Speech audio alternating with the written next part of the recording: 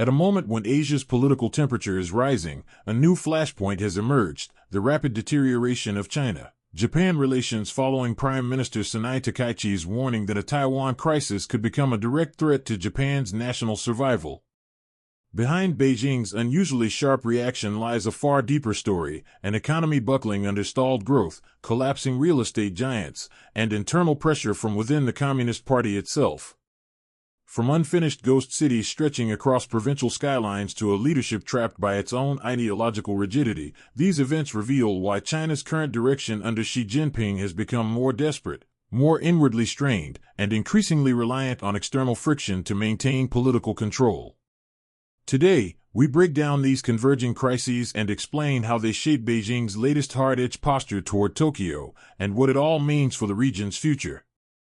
To understand why Beijing has turned so aggressively toward Tokyo after Prime Minister Takaichi stated that a Taiwan contingency could become a threat to Japan's survival, we must first examine the domestic pressures tightening around Xi Jinping's leadership. What may seem like foreign policy bluster is, in reality, a symptom of much deeper structural troubles that have been building for years and reached full visibility by 2025. For decades, China promoted the image of an unstoppable economic superpower, a country capable of transforming barren land into megacities and lifting hundreds of millions from poverty. But today, much of that old promise stands in ruins, both literally and figuratively. Images circulating from provincial regions show endless rows of unfinished concrete towers, skeletons of what were once marketed as the future of the Chinese middle class. These ghost cities, many left without windows, electricity, or residents, now serve as haunting monuments to an economic model stretched far beyond its limits. What was once celebrated worldwide as the factory of the world now resembles a vast industrial machine sputtering on its final fumes. By 2025, China's official government claim of around 5% growth no longer convinces even its domestic audience. On the ground, the collapse of real estate investment, registering double-digit year-over-year contractions, has devastated entire supply chains. Steel producers, appliance manufacturers, construction crews, and transportation companies have all absorbed heavy losses. Many of these industries once supported hundreds of millions of jobs. Today, they are shedding workers at a pace not seen in decades. Online, Chinese citizens lament that 900 million people now earn less than 4,000 yuan a month, a figure shared widely not because it is precise, but because it feels emotionally true for those experiencing the downturn. The social fallout is equally stark. The once familiar sight of wealthy Chinese tourists flooding global shopping districts has disappeared. Young graduates, once the pride of China's rising urban class, now face unemployment rates so severe that many have retreated into the lying-flat lifestyle, choosing inaction over hopeless job hunts. A society defined for 40 years by hustle, ambition, and forward momentum is suddenly unsure of its next step. Why did this happen? A growing number of scholars argue that Xi Jinping's economic approach has drifted toward what they call Sovietization. This is not merely a slogan, it describes a pattern in which national resources are channeled disproportionately into state-favored strategic sectors, while the rest of the economy withers. Professor Chisako Masuwa of Kyushu University, writing in Gaiko Volume 94, highlights how Beijing has increasingly prioritized national security, military preparedness, and strategic technologies such as semiconductors, aerospace, and AI. These fields may shine on paper, but they employ far fewer people than China's traditional manufacturing and service sectors. Moreover, Xi's preference for state-owned enterprises over private companies has dampened entrepreneurship and smothered innovation.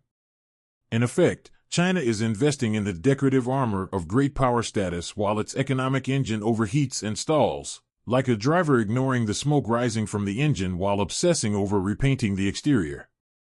This imbalance is not only an economic hazard, it is a political one. By the autumn of 2024, during the fourth plenum of the Chinese Communist Party, even insiders began pushing back. The official communiqué noticeably shifted emphasis away from the previous year's heavy-handed national security rhetoric and toward real economy and consumption, a subtle but unmistakable sign that the technocrats had grown concerned about the direction of Xi's policies. Professors Takashi Suzuki and Makoto Kawashima, analyzing this shift, argued that Xi is now trapped in a system he himself created, so powerful that he cannot step aside, yet too isolated to adjust course without undermining his own authority. He is, in their words, caught in a web of power that no longer serves him but instead forces him to continue. This internal pressure cooker explains why foreign scapegoats become politically useful. A struggling authoritarian system often relies on external enemies to maintain unity, boost nationalism, and redirect public frustration. In the past, the target rotated between the United States, Taiwan, and various European critics. But in 2025, Japan, under the firm and outspoken leadership of Prime Minister Takaichi, became the most convenient outlet. Her clear stance on Taiwan, especially her statement that a Taiwan crisis could constitute a survival threat for Japan, clashed with Beijing's narrative, presenting Xi with both a challenge and an opportunity. As China's internal pressures intensify, Xi Jinping faces a dilemma that is common to leaders of centralized political systems. He cannot slow down, he cannot step aside, and he cannot afford to admit mistakes. Power, once concentrated to such an extreme degree, becomes as much a trap as an asset. This is why political analysts such as Professors Takashi Suzuki and Makoto Kawashima describe Xi's predicament as that of a leader caught in a spider's web of his own making. Too many levers of control now depend on him personally. If he were to loosen his grip, the entire apparatus, including factions, military leaders, and entrenched interest groups, could turn on him. In such an environment, foreign friction becomes not just a tool of statecraft but a lifeline. When she looks outward, Japan stands out. Under Prime Minister Takaichi, Tokyo has adopted a more direct and principled posture regarding Taiwan's security and Japan's own constitutional responsibilities. Her statement that a Taiwan conflict could threaten Japan's national survival was not a provocation but a sober recognition of geographic reality. Xi, however, seized upon it. Domestically, it became a ready-made narrative. Japan is once again interfering, Japan is hostile, Japan is preparing for conflict.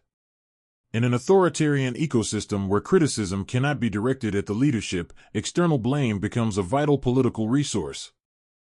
Thus, Beijing's actions in 2025, reviving the ban on Japanese seafood imports, unleashing denunciations at the United Nations, and amplifying anti-Japan rhetoric through state media, are best understood as political theater crafted for a domestic audience.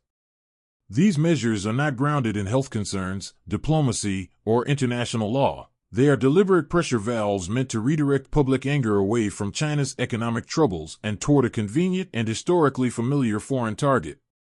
This strategy, while cynical, is predictable. When internal legitimacy falters, nationalism becomes the fuel that keeps the political engine running. The Communist Party understands that frustration over unemployment, shrinking incomes, and broken economic promises could easily morph into criticism of the state. To prevent that possibility, the leadership manufactures an external threat, a villain that supposedly stands between China and its rightful prosperity. Japan, with its stable democratic system, close U.S. alliance, and vocal position on Taiwan, fits the role perfectly. Yet this approach reveals more weakness than confidence.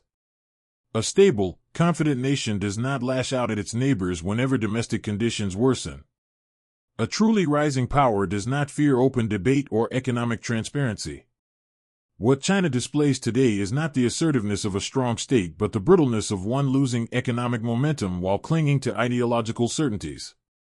The irony is that China's retaliatory measures often inflict far more damage on its own population than on Japan. Banning Japanese seafood harms Chinese restaurants, distributors, and workers whose livelihoods depend on those imports. Restricting travel to Japan punishes Chinese airlines, travel agencies, and tourism employees. These are not cost-free symbolic gestures, they represent real economic self-harm undertaken for the sake of political messaging. And in the long run, such decisions push foreign investors further away and accelerate the global trend of diversifying supply chains out of China. For Japan, the lesson is unmistakable. The era of relying on China as a stable economic partner is ending. The risks now outweigh the rewards. In this environment, Japan must strengthen its economic resilience, reducing excessive dependence on Chinese markets, investing in diversified supply chains, and empowering its domestic industries through meaningful, broad-based tax relief.